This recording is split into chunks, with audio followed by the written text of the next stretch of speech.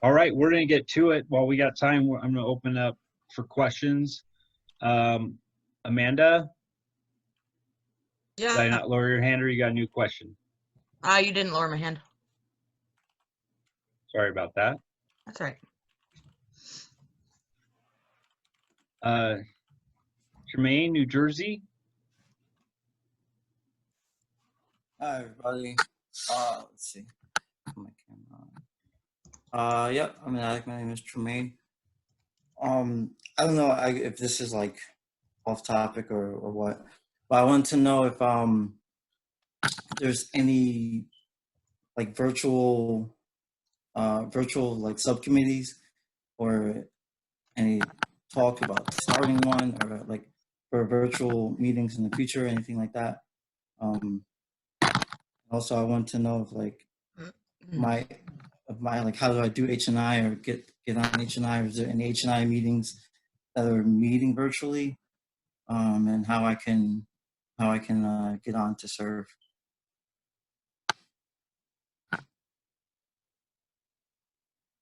Okay, thank you. I would look in the chat box, and I think there's some people on here that might be able to connect you with the H&I meetings for sure, because of being able to connect, and non-geographically with this new era. There's definitely people that have got that going on. So some people could respond directly to you in the chat, and I'll keep my eye on it. So if you don't get an answer, I'm writing your name down too. Okay.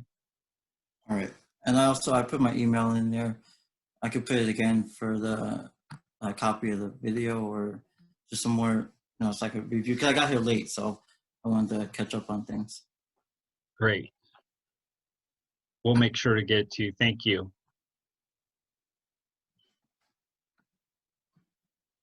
Dennis, you have a question?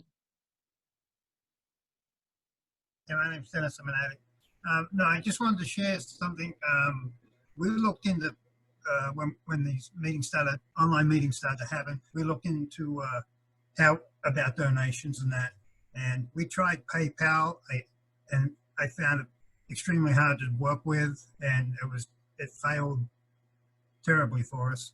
And then I looked at what our area was already using and what we use it when we have small conventions and whatever. We use a Square account, and I looked on Square, and they've actually got a donation button, and it gives you a link. So the thing I like about Square, it takes out the same, for a credit card, it takes out the same percentage. But the thing with that I like with Square is that 24 hours later, it puts the money straight into your account, and it sends I'm the treasurer for the Kenai area, and it sends me a report on everything. And it literally took me about 5 minutes to set it up. And we also attach that to our regional webpage. So other groups, if they weren't using it on their online meetings, they can put it in their chat. Or if other people want to just donate to the area, they can just go to the website, and donate buttons there, and they can go straight into it. So I just wanted to share that with you. Thanks. Thanks, Dennis. Robbie? Hey, thanks, Robbie. I'm an addict. Two things. Has anyone had any experience with having success with linking the donation option to the area service or regional service or other bank accounts? I believe that we've had that issue in my region where we were not able to do that because it was something about like an EIN number or not being like we're a nonprofit, but there was something like that. Somebody did share with me on one of the Sunday morning things. They showed me their link to they've shared with me the link to their area website, and there was a donation option on there, just like NA.Org does to donate with a little donation basket to World. They had a cash flow option or donation thing. So that's one thing. And the other thing is, my understanding that PayPal has, who gets the charge? The person that's making the donation pays the extra fee, or they take it off of the donation amount? I also read that they removed their fees for the time being for this thing. And if I'm not mistaken, I believe that to be the case because I did receive a couple I'm holding the PayPal thing for my home group, and that's one of the options. And I did receive some donations, and I got the straight up dollar. There was no fee taken out. I'll answer So, that. thank you. You know, my region does have an office, and yes, we do have an EIN, and I do believe there may be tax considerations if you don't have that 501c3. I'm not a tax lawyer, but my region is taking advantage of the fact that we are covered by our office, and that yeah, we do have nonprofit status.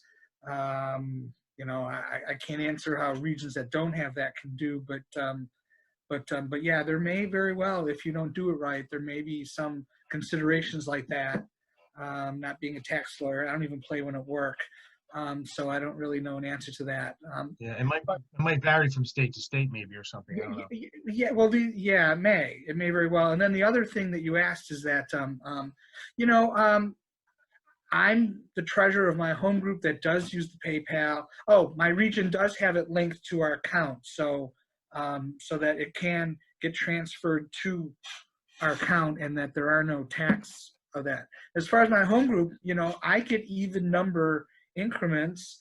I haven't donated to myself, so I don't know whether that comes out, but as someone who has received payments for selling stuff, it usually comes out on my end. So I don't know if they're charging a fee or not. I haven't asked the people who have made the donations, but as a user of PayPal, like I sell records, my record collection sometimes, you know, they take their cut, and it comes out from the seller's end. But I haven't seen it in area 7 or group donations. So.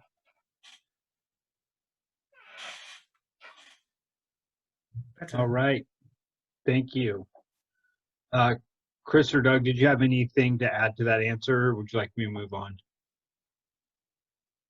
Yeah, so my experience is my local area has a PayPal button on their website. They are not in an incorporated area. So what they do, it's just a click of a button, and it goes into their PayPal account, and then they transfer it to their bank account monthly. And as far as the fees, the fees get taken out on the person getting the money. So it would be the area getting hit with the fees. So that PayPal account, when you say their PayPal, is that somebody's personal account, No. or that's it's actually the area's account? Yes. So they didn't have to set up they didn't have to have an EIN or any of that information. All they had to do is set up, connect the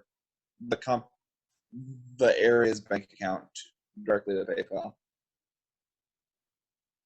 Yeah, if I can add to that, PayPal does require the recipient having a bank account of some kind, which is a real challenge for groups, because, I mean, I haven't been part of a group that's had a bank account in 30 years. So, you know, so it's like it just doesn't happen that much anymore, you know, so that's why it had to be linked to my personal account. They just don't require an EIN from what you're asking. Yes. It just requires a bank account.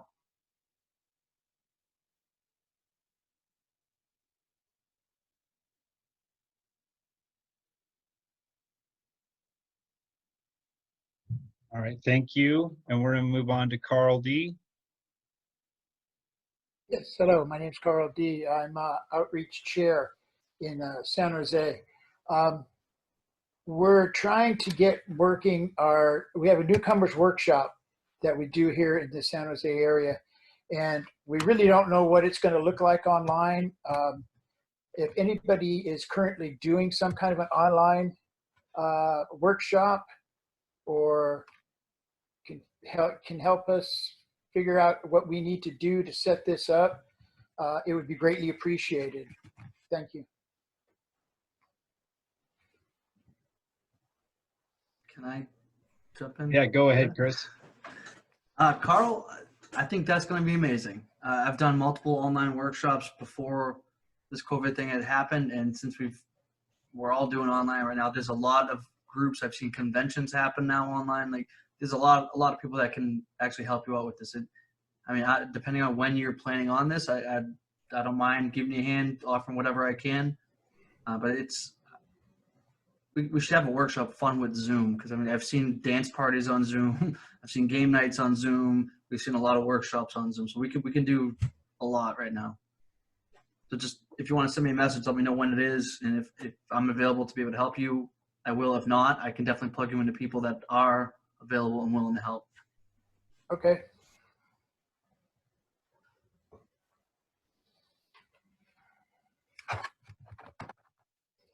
Thanks for the question, Carl. Thanks, Chris. Next up, Alicia.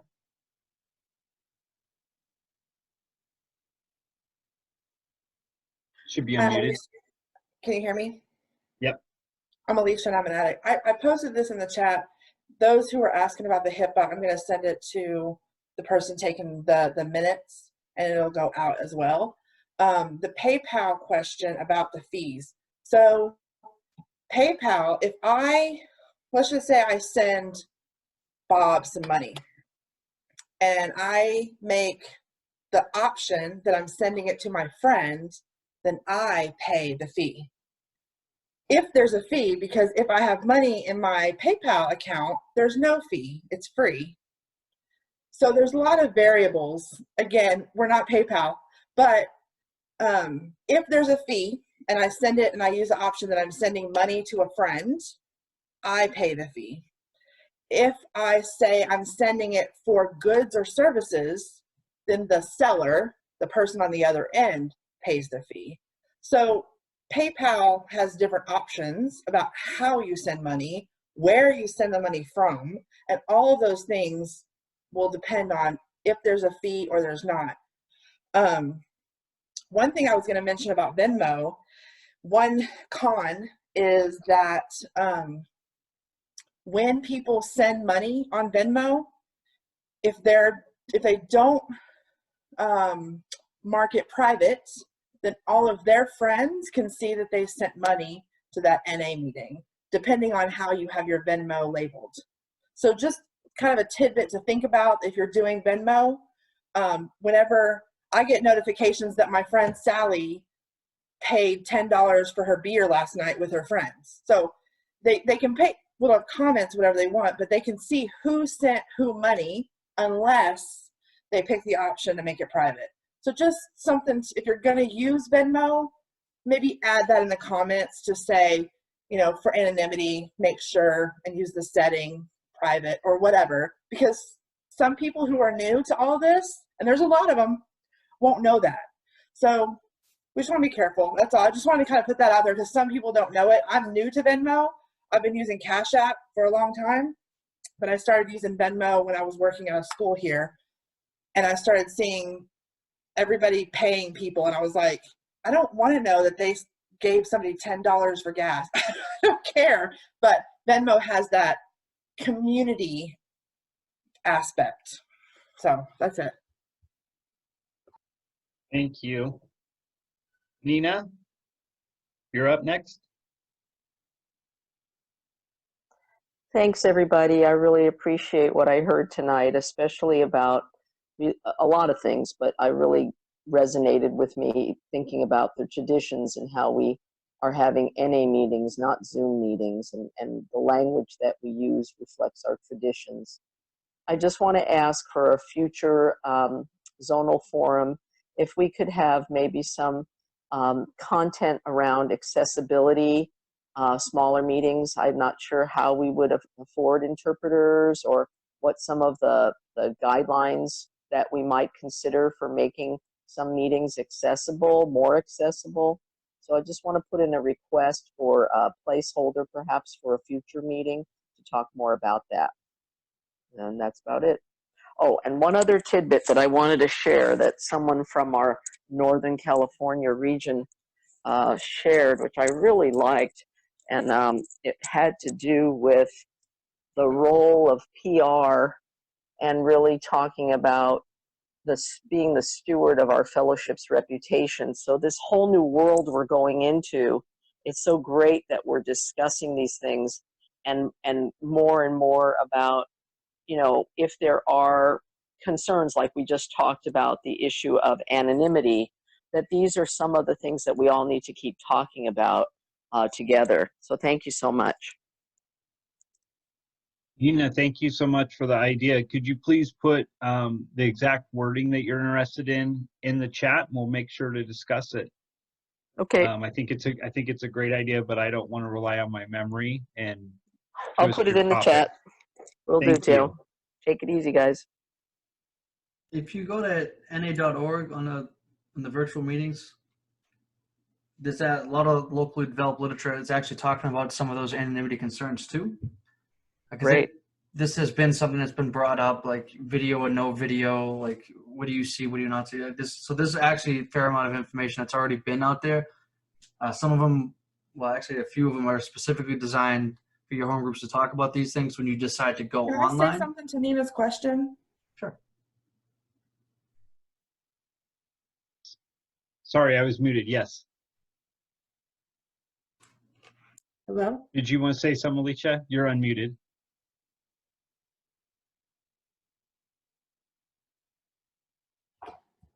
Hello?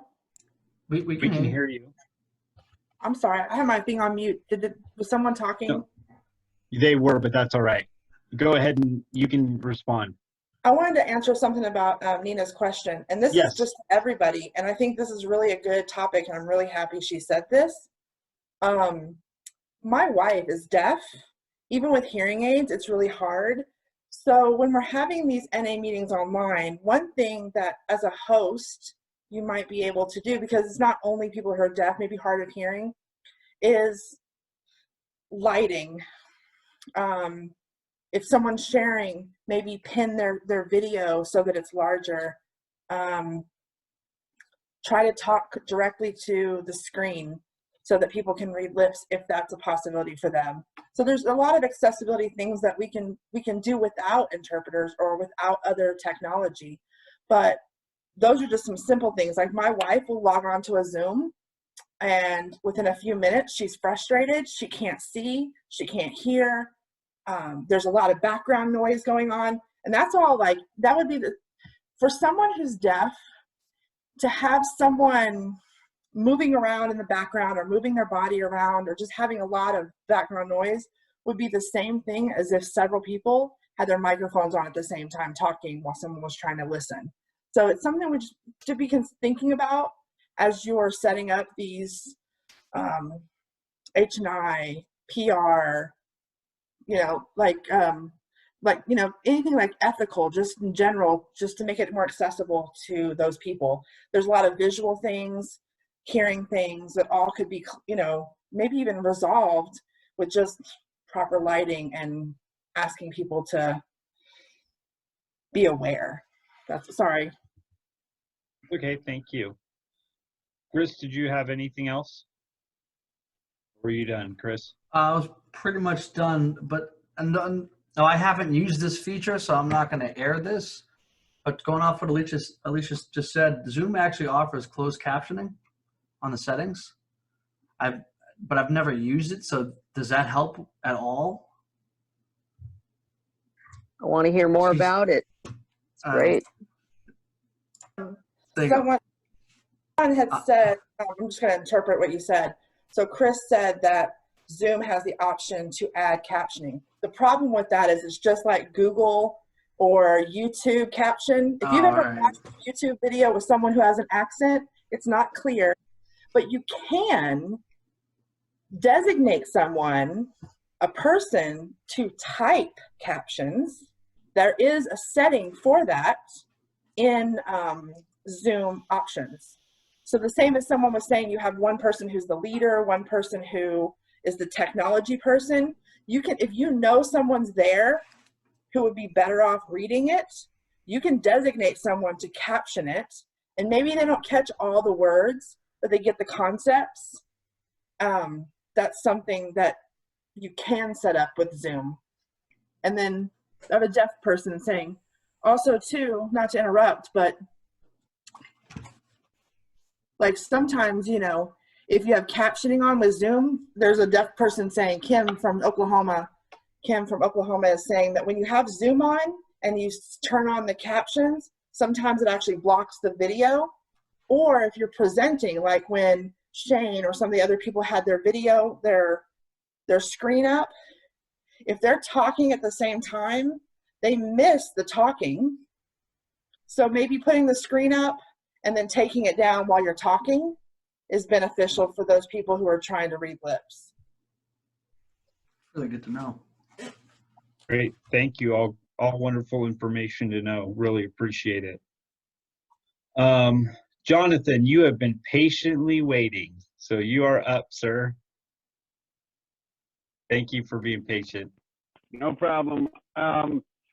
When everybody was talking about PayPal, Zoom, or PayPal, Square, Venmo, whatever, and setting up accounts and doing these kinds of things, the thing that came to my mind is tax liability.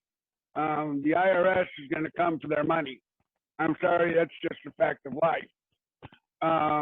If you are within a region that has a 501c3, then I would strongly suggest you get under that 501c3 umbrella and save yourself some heartache and headache. If you're not, then I would tread lightly and I would talk to a tax professional before you start doing this, because you could open up your region, your area, or even NA to some pretty gnarly liability. This is something that really needs to be looked at. I'm all for making donations virtually through PayPal. Our region has a link up on our website, but we are under the 501c3 umbrella of our RSO, which we have here in San Diego. I know it's a headache. I know it's legalities, but it's something we have to be aware of when we're doing this and talking about doing this, because you can open yourself up to tax liability if you do it without knowing what you're getting into. That's all I'm saying. Just please be careful when you open these accounts, and if you can, talk to a tax professional and explain what's going on, and maybe they can give you some advice on how to avoid the tax liability that you know the IRS is going to be coming for when tax time comes. I mean, paying for two things guaranteed in life: death and taxes. You know, that's all I got. Thank you. Thanks, Jonathan. We're getting close, so we're going to move it right along. Doug? Okay, thank you very much. I'll make it real quick. I'm not a tax professional, nor do I play one on television. But as a member of the fellowship over the last couple decades, I've done quite a lot of working between our fellowship and members and various organizations, banks, state franchise tax boards, the IRS, in regards to just working out the kind of things Jonathan was talking about. And generally what I found is that we do have options. And generally governmental organizations, when they know who we are, they're not looking to get anything out of us other than maybe us properly reporting what we're doing. My point is this, is you're welcome to contact me. I put my information into the chat. You're welcome to contact me and I'll share what I know and found out over the years. 501c3s are good, but most of us are, in fact, the minute we start providing services, we are a nonprofit. It's just we're not registered. And then things like dealing with the banks because of increasing problems with the kind of crimes that they're dealing with, money laundering, drug movements, trafficking, so forth and so on. We just need to be careful about identifying ourselves properly with them, and that takes a lot of the problems away. I have direct experience getting NA service bodies from the home group level up to the regional level worked out with these various agencies so we can function and do what we do well. You're welcome to talk to me. I'll share what I know and I'll tell you what I don't know. All right. Thanks, Doug. Love you, Doug. Marty W., Arizona. Welcome. You're up. I'm an my name is Marty. Thank you, Jonathan, for suggesting that. Just sparked my interest. Being in the Arizona region, there's 10 areas that make up our region, and 1 or 2 areas chose to go independent 501c3s, while 8 of us stayed under the region. And the region has said, no, we're not going to just dole out the EIN number to everybody, but if you submit a request, we'll send our EIN number directly to that organization that's requesting it, not to you. That way, all that other fear of who's using the EIN, who's using the 501c3 inappropriately would not be the case. So just a couple of pieces of information. It takes a little bit longer, but it's a lot more secure for those who are using the 501c3 as their form of non-for-profit. That's it. Thanks, Yeah, I'm Marty. an addict, if I can just jump in. Those topics definitely raise a lot of issues that we do have to address in our region as a 501c3. You know, the big issue that we often get is we need insurance certification, since my region insures everybody. So, but yeah, I mean, this whole subject alone has taken hours. But yeah, you have to be concerned about it. Thanks so much for bringing those up. Sean, Alaska, my home away from home. You're up. So yeah, I mean, in talking about what they're talking about as far as keeping everything anonymous, you know, we're trying in our region to do that with our everything from emails, you know, and keeping that more of a generic, so that when positions change, the email stays the same. When new treasurers come in, we're trying to keep more of a centralized name like treasurer, regional treasurer at akna.org. So there's that passive information. There's that history of what's gone on in the past. Speaking about, you know, a lot of the things that you guys are talking about tonight with the virtual media and that. We're very remote. We have a lot of remote villages, and we've been really paying attention to this thing, and we've been talking about it for a while, about how do we reach the people that are dying out in rural Alaska. We know that Congress mandated through, I can't remember what that was, about 4 or 5 years ago, there was a mandate that all rural communities would have internet. And we've been talking about that through outreach and the PR and things like that, about how do we use that free internet that those communities get to try and come up with to reach those people and bring them into, you know, and do that outreach too. And this platform is amazing for that, to try and do that. I mean, there's so much to think about there. Yeah, so I mean, I appreciate everything that you guys have done tonight to talk about this. What, you know, the Western State Zonal Forum has done when they've come to Alaska to help us with outreach, to try and to, you know, brainstorm these ideas. All of you guys helping to brainstorm ideas to not just reach the H&I and the PR, but to find solutions for a lot of these things. Thank you. Thank you. Good to hear from you. I don't know how to pronounce your name, so I'm sorry. You're up next in the queue. So I'm just going to unmute Girahaja. Hi friend, this is Girija from India. I just needed to ask one question regarding the Zoom. Not ask one question actually. I want to suggest something. The Zoom, as we know, I am from the technical background actually. Prior to joining NA program, I was working. I have 10 years of experience as a software engineer. The only problem which I see in Zoom is that it doesn't have an end-to-end encryption like WhatsApp.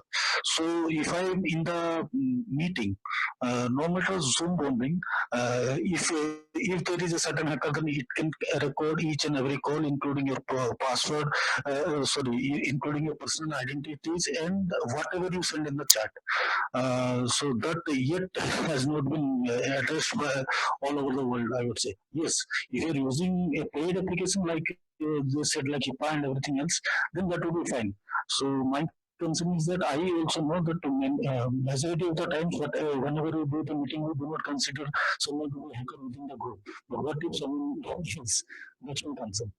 Thanks. And I would also suggest that, the Jitsi work which you had sent on the website in any website, the Jitsi work is it's a Linux based and it is quite good. That's all from me. Excuse me, can you slow down? Can you please slow down? Yeah. Well, I think what I'm going to ask Is he done? is, and I know there's some information, correct me if I'm wrong, Chris, on that virtual drive.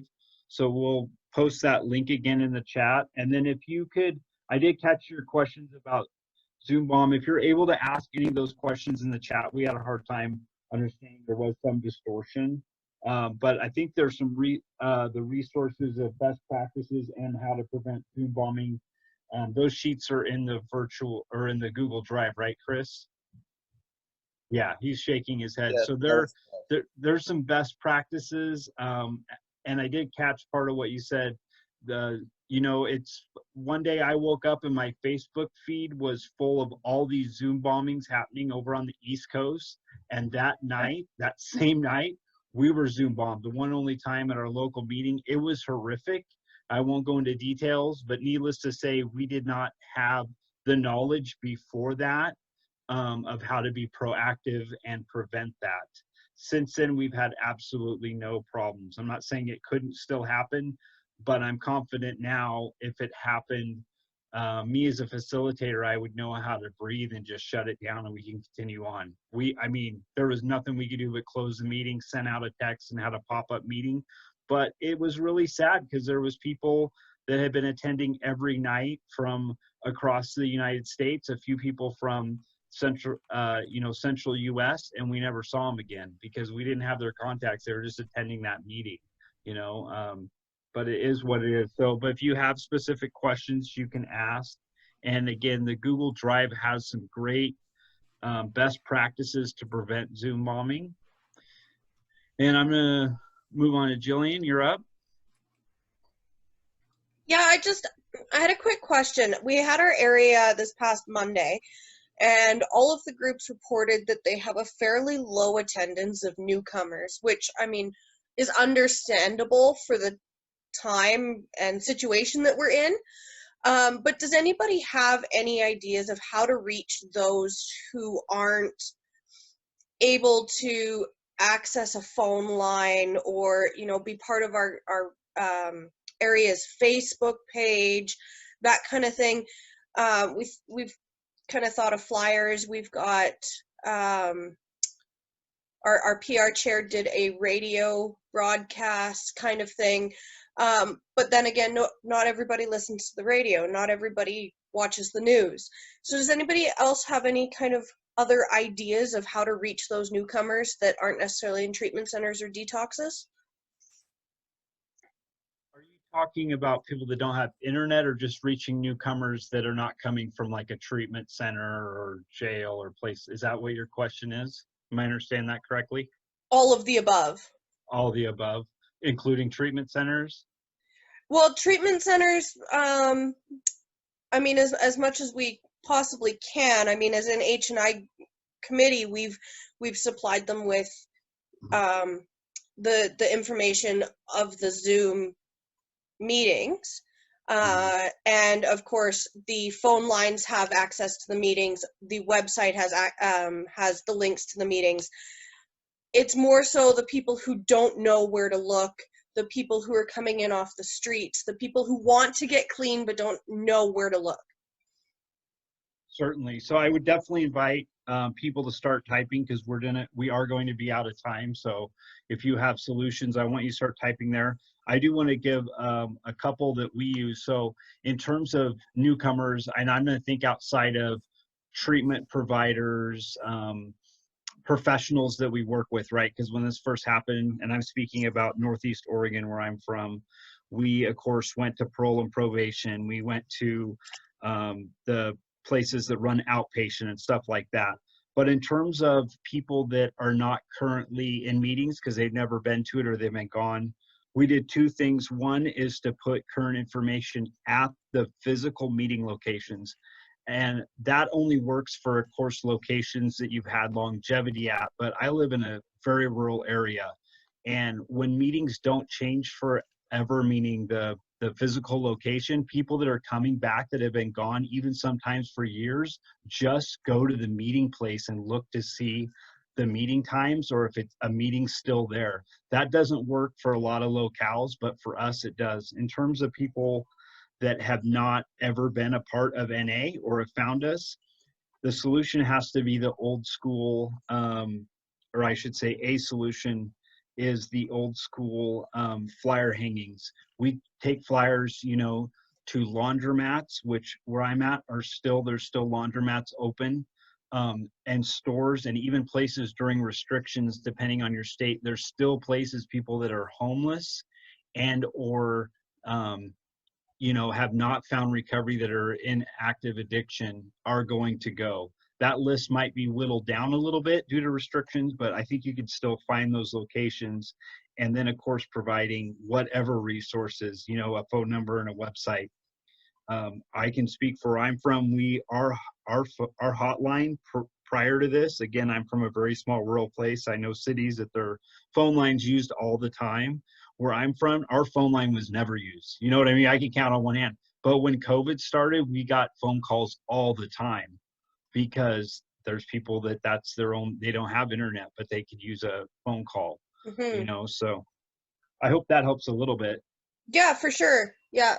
I mean, I'm in Canada, so we're on pretty much heavy duty lockdown right now too. So, but yeah, there's always those homeless people and everybody needing a meeting. So thanks, guys. Thank you. I want to give thanks to everyone that came tonight. And I'm really touched the people that came from far away, the people that stayed up late.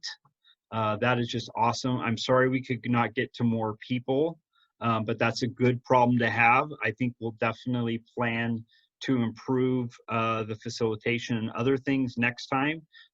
We want to definitely keep people's interests. Again, I know that our zonal work group cannot say thank you enough for what you're giving us and members throughout, you know, the U.S. and beyond. We really appreciate it.